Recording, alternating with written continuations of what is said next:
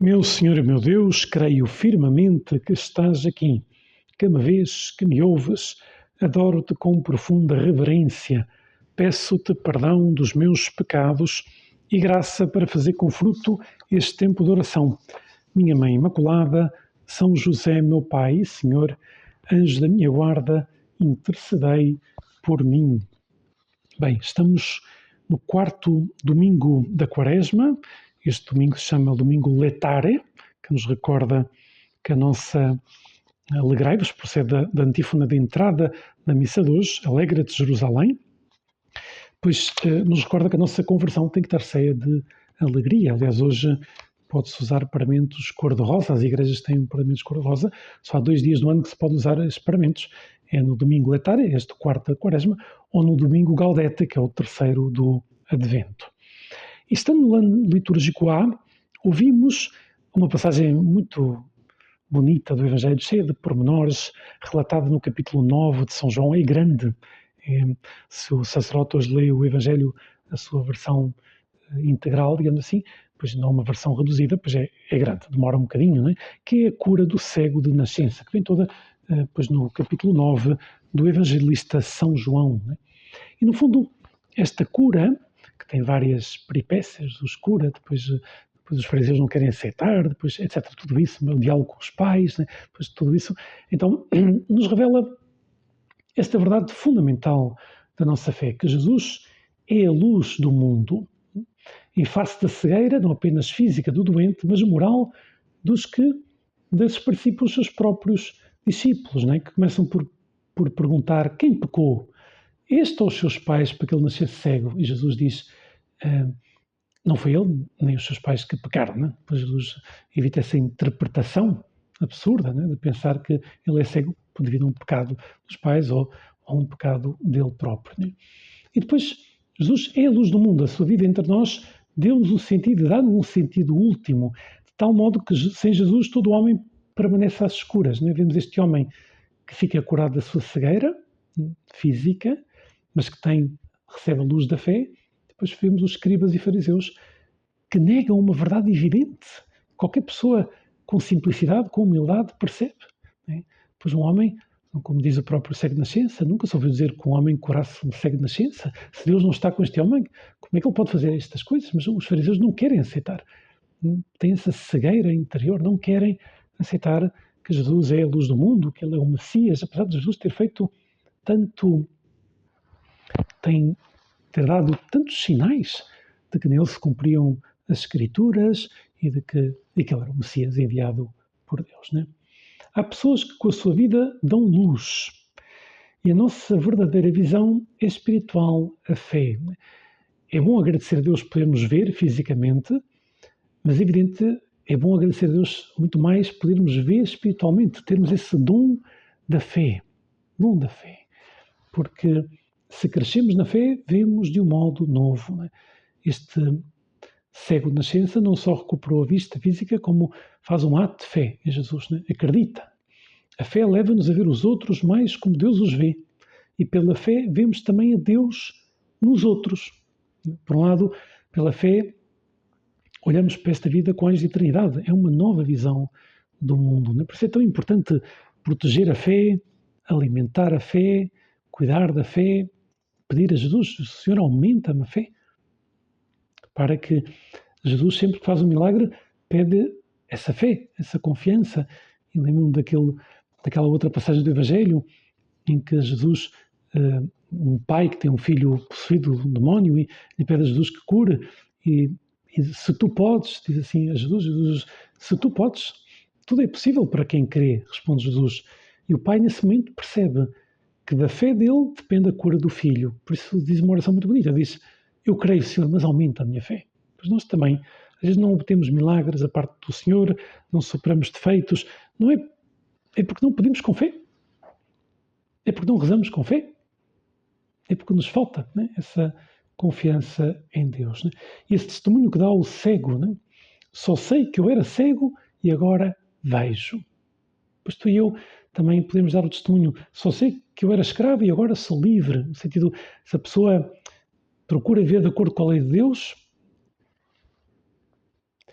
é libertado, né, de todas as paixões que escravizam. Por isso, Jesus nos liberta da escravidão do pecado, da morte. Quanta gente por aí parece que é livre, mas não é. Porque em vez de ter entregado a sua liberdade a Deus para fazer coisas grandes, para cumprir a vontade de Deus, entregou a liberdade das suas paixões. E muitas vezes estão cegos por isso. Porque a paixão não só escraviza, como cega. E a pessoa não vê que a liberdade não existe para isso. Né? E tu e eu temos que arrasar, aliás, temos que ser nas mãos de Deus os instrumentos para que muitas pessoas recuperem a vista. E eu, neste caso, estou-me a referir à vista da fé. Né? Quantas pessoas, às vezes, falta-lhes fé porque há muito tempo já não recebem os sacramentos, já não vão à missa há muito tempo, já não se rezam, já não se confessam, não pedem perdão dos seus pecados, etc. E por isso não conseguem ver. Né? E tu e eu temos que rezar por isso e temos que ajudar as pessoas a recuperar a vista. Jesus é a luz do mundo. O cego de nascença representa-nos a cada um de nós. Fomos criados para conhecer a Deus, mas por causa dos pecados ficamos como cegos e necessitamos de uma nova luz, essa luz da fé. Há muitas pessoas cegas à nossa volta, e eu refiro-me à cegueira espiritual. Né? E tu e eu não podemos ser indiferentes a isso. O cego de nascença nascerá de novo, começa uma vida nova assim que pode ver. Pois também isto acontece com as pessoas que voltam a recuperar a fé, digamos assim, que voltam a aproximar-se dos sacramentos. A piscina de Siloé, né, que significa enviado, que Jesus diz para aquele homem ir lavar-se à piscina, né, e ficará curado, é símbolo da água do batismo, que nos permite ver com a luz da fé. Não esquecer o dia em que fomos batizados, provavelmente muitos de nós nem não nos lembramos desse dia, porque fomos batizados com poucos dias de vida, mas não podemos esquecer que foi o dia mais importante da nossa vida, que nos tornamos filhos de Deus, recebemos o dom da fé, né, que depois fomos educados na fé e por isso neste momento podemos estar aqui, não é? Pois a rezar, ou então alguns de vocês que me estão a ouvir podem ter sido batizados já mais vezes, não sei, cada um, mas todos nós tivemos esse encontro pessoal com Cristo através da fé. Os doutores da lei estão determinados a negar todas as evidências, esse drama da cegueira interior que nos afeta também a cada um de nós. Apesar de vermos, e agradecemos muito a ti, Jesus, podemos ver, não só com o dom da fé, como o dom também, imagino eu, mas fisicamente, agradecemos muito, mas depois temos que pensar que a cegueira interior nos afeta a cada um de nós. Às vezes há coisas que não vimos, defeitos que não vimos, que não queremos ver, porque percebemos se eu vejo este defeito eu tenho que lutar, depois passamos assim por cima, não fazemos assim muito exame, e não pode ser isto. Né? Pois não posso ter a atitude dos doutores da lei, que presunçosos no seu orgulho julgam os outros e não se julgam a si próprios. Né? Consideram-se justos e consideram que os outros são pecadores, e neste caso é exatamente ao contrário, né? Porque deixam-se cegar pelo menos pelo pecado do orgulho. A nossa atitude tem que ser a do cego, que consciente das suas necessidades e limitações, das suas cegueiras, que as temos, está bem? Temos cegueiras e temos que pedir a Jesus que nos dê a luz da fé para ver aquilo que temos que nos converter nesta quaresma e que não está bem na nossa vida, para pedir perdão, para recomeçar, né? Mas claro, se nós nos convertemos dessas cegueiras, vamos seguindo a Jesus, fazendo o que Jesus nos pede, abrimos a sua graça à luz da fé. Às vezes, reparem que Jesus pede a este homem que confie nele, né? Faz lodo, põe o lodo nos olhos, diz agora vai-te lavar à piscina. O que é que aconteceria se o cego tivesse ido? Eu à piscina? Não, se tu me queres curar, cura-me agora. Não, o cego não põe condições. Né? Pois nós também sabemos que os sacramentos dão-nos a graça de Deus se nós temos boas disposições, mas é preciso fé. São sacramentos da fé. Quando me confesso, sei que Jesus, representando o sacerdote, e nós sacerdotes também nos confessamos a outro padre, sei que Jesus me perdoa, servindo-se daquele sacerdote como instrumento. Quando vou à missa, pois sei que recebo o corpo de Cristo, ainda que, aliás, o sacerdote, quando nos dá a comunhão, pede-nos o ato de fé. O corpo de Cristo, nós dizemos, amém, acredito. Né? E quando fomos batizados, sei que tornamos filhos de Deus, ainda que exteriormente não se viu nada. Às vezes, reparem, quantas vezes as pessoas atrasam o batismo por motivos fúteis. Porque a festa, porque o padrinho, porque a madrinha, porque não sei o quê. E no fundo está-se a esquecer que o mais importante não é isso. O mais importante é que a criança se torne filho de Deus.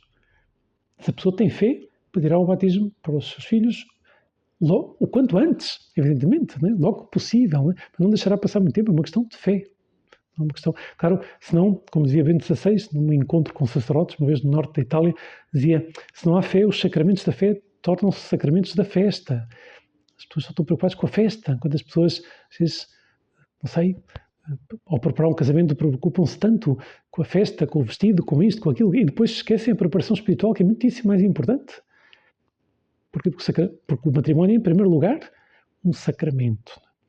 Em primeiro lugar, é preciso estar perto de Deus para casar-se bem e para receber essa graça de Deus, para ser fiel até ao fim da vida, para construir uma família. Né? E quando as pessoas não dão importância a isso, a fazer um retiro espiritual, a preparar-se espiritualmente para o casamento, mas a preparação material não a descuidam. Pois isso nota-se que falta fé. Jesus aumenta-me a fé. Dou-te graças, meu Deus, pelos bons propósitos, afetos e inspirações que me comunicaste nesta meditação. Peço-te ajuda para os pôr em prática. Minha Mãe Imaculada, São José, meu Pai e Senhor, anjos da minha guarda, intercedei por mim.